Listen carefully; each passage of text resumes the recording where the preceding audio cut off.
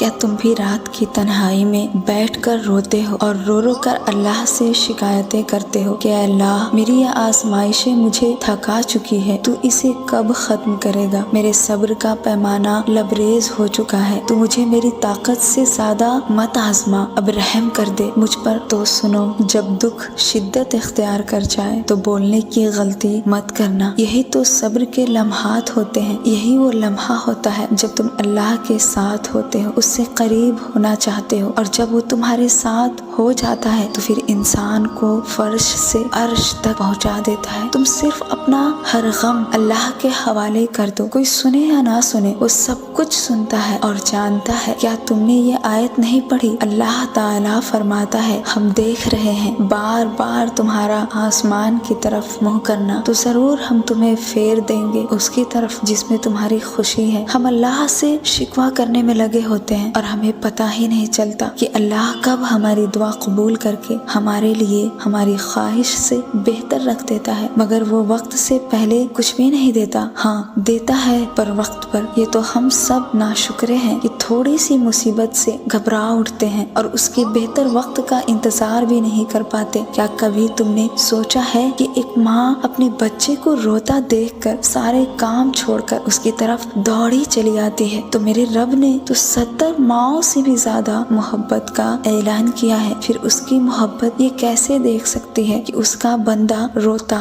بلکتا رہے؟ دیکھو آج زندگی مشکل ہے تو کل اللہ نے آسانی کا وعدہ بھی کیا ہے۔ تم صرف اللہ سے مانگتے رہو۔ ایک چھوٹا بچہ پیسہ مانگتا ہے تو وہ ضد پر اڑ جاتا ہے اور مانگتا رہتا ہے، پھر بندہ بالآخر اسے تھک ہار کر دے ہی دیتا ہے، کہتا ہے لے تو اور میری جان چھوڑ۔ تو پھر تم کیوں ہمت ہار جاتے ہو؟ تم بھی اللہ سے بچوں کی طرح ضد کرو، مانگتے رہو جب تک تمہیں مل نہیں جاتا۔ جو تم چاہ رہے ہو، جو شدت سے مانگا جائے وہ ضرور ملتا ہے۔ اللہ تمہاری تڑپ ضائع نہیں جانے دیتا، وہ دلوں کے حال سے بخوبی واقف ہے، اور اگر نصیب میں بہتر ہوا تو جو تم چاہتے ہو تمہیں وہی ملے گا۔ ہاں اللہ نے ابھی تمہیں آزمائش میں ڈالا ہے تو وہ تمہیں اس سے نکالے گا بھی، اور تمہیں اس کے ساتھ بے شمار نعمتوں سے بھی نوازے گا۔ تم اپنی آزمائشوں سے مت گھبراؤ، کیونکہ اللہ اپنے انہی بندوں کو آزماتا ہے جس سے وہ آزمائش کے قابل سمجھتا ہے۔ یقیناً تکلیف تو بہت ہوتی ہے جب اذیت کے آگے دل بے بس ہو جاتا ہے اور تم چاہتے ہوئے بھی کچھ نہیں کر پاتے، اور تمہارا ذہن الجھ جاتا ہے، اور کبھی کبھی تو روتے روتے رات گزر جاتی ہے اور پتہ ہی نہیں چلتا، اور بنا سوئے دن نکل آتا ہے۔ تکلیف تو واقعی